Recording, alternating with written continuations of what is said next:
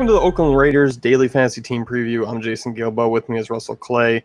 Taking a look at an Oakland team that was, they have a lot of potential, a lot of fun players, really friendly DFS kind of platform for production. We can kind of jump right into the passing game. I think that's where kind of the focal point of where we were last year with them. You said the passing game, correct? Yes.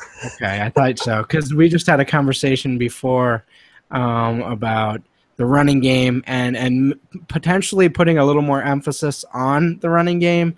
We're going to jump into the running game first. Okay, we can change gears. Well, let's talk about our conversation. I already just put some tape on this and just, I was supposed to come to your aid and I just botched you were in the field injured and I just cut you open and you're like, I'm bleeding more now. And I'm like, I'm sorry. And then, but let's talk about what we were talking about before, because obviously they did give the ball to Murray a ton, but obviously a lot of the fantasy points came from Cooper, Crabtree, and Carr. Yes. So last year broke down to Latavius Murray getting 266 carries, which an absurd amount. Regardless of who you are, if you're Latavius Murray's mother, I don't know that we want him to get that much volume. He also had over 300 total touches with 41 receptions, and he wasn't particularly effective on those either. So I can understand the logic why people think it would be more run-heavy. Bill Musgrave obviously was the offensive coordinator with the Minnesota Vikings from 2011 to 2013.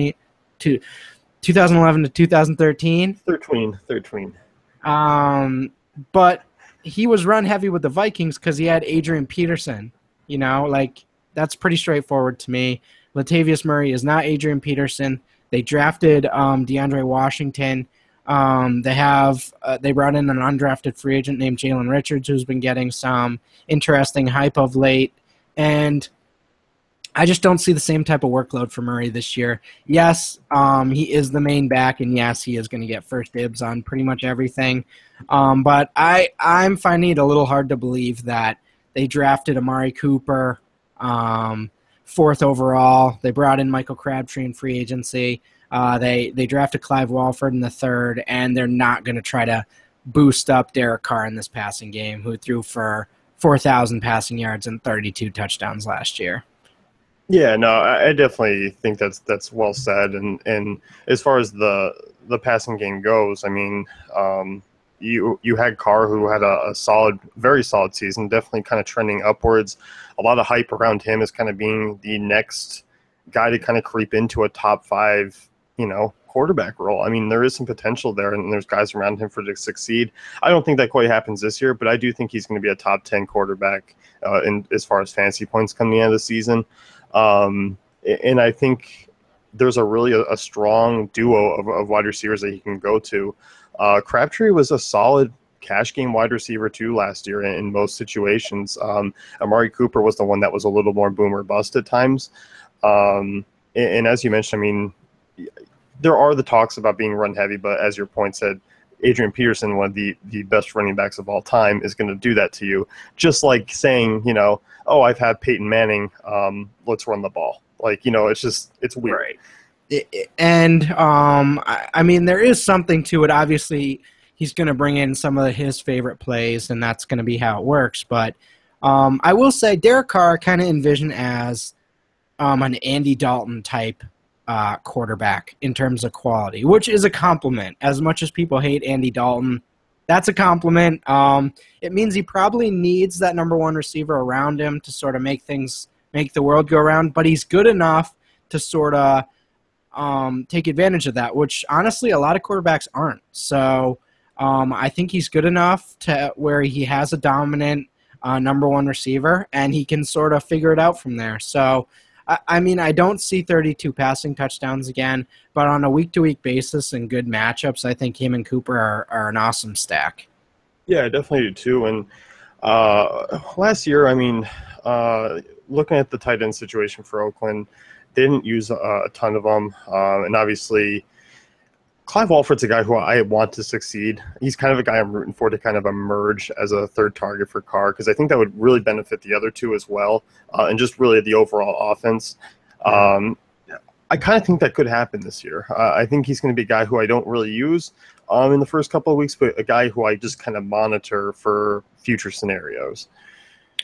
And again, we're seeing a huge upshift in tight ends becoming prominent figures in offenses. So when you look at Clive Walford, they used a relatively high pick on him. Not a super athlete, but he showed to be a competent receiver last year. He was in college, and I think he's going to grow into a nice little role there. Probably not more than 80 targets this year. They do normally tight ends sort of go through the slow progression unless you're a Gronk or a Jimmy Graham. But I mean, if he gets 80 targets this year, there's certainly going to be weeks where you're going to want to think about throwing him in there, you know? Yeah, no, I definitely agree. And I mean, you look at the red zone shares. I mean, they didn't really have anyone kind of jump out. I mean, Crabtree was the one who was targeted the most.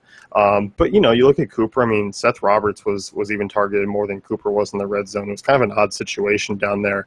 Hoping that can kind of clear up because I think that would help kind of narrow down on a week-to-week basis kind of who to really go after as far as DFS goes. Absolutely. And I think, I think that sums it up pretty quickly. The defenses are going to determine what sort of receiving option we go after, and maybe some weeks nothing at all, especially in Broncos weeks. Yeah, I mean that's one thing. I mean this division's tough. I mean playing Denver and Kansas City, you know, twice. Their opening stretch though, they play 4 bottom 5 defenses in the first 5 weeks. I think it's going to be a good opening to kind of jump on board and get Cooper shares and get Crabtree and Carr shares early, because then it kind of does hit a little low point. For sure. And as I mentioned with Latavius Murray, if he were to go down, DeAndre Washington, definitely a guy that is going to be super chalky the next week because, I mean, you can already see people talking about throwing dirt on Murray's grave. So I don't think that's going to happen. But if he does get hurt, DeAndre Washington, definitely the guy to keep an eye on for the week after that. Yeah, and Washington, I mean, he's a small back. I mean, he's only 5'8". But, I mean, they praised his pass blocking skills. I mean, Pro Football Focus gave him the 3rd best elusive rating. So there is a lot to like about him, and he's going to be an interesting guy even if Murray stays healthy for me. I think he's going to come in, maybe not early on, but maybe as the season goes on where he gets a little bit more on the 3rd down rolls and maybe even takes away some situations in game flow types where maybe the Raiders do have to throw more. I'm intrigued with him. I think he could be kind of something. He could progress into a Darren Sproles, Danny Woodhead type role. And this is kind of one of my theories. In terms of making a running back a feature back in year 1, I think it's a really, really, really hard transition.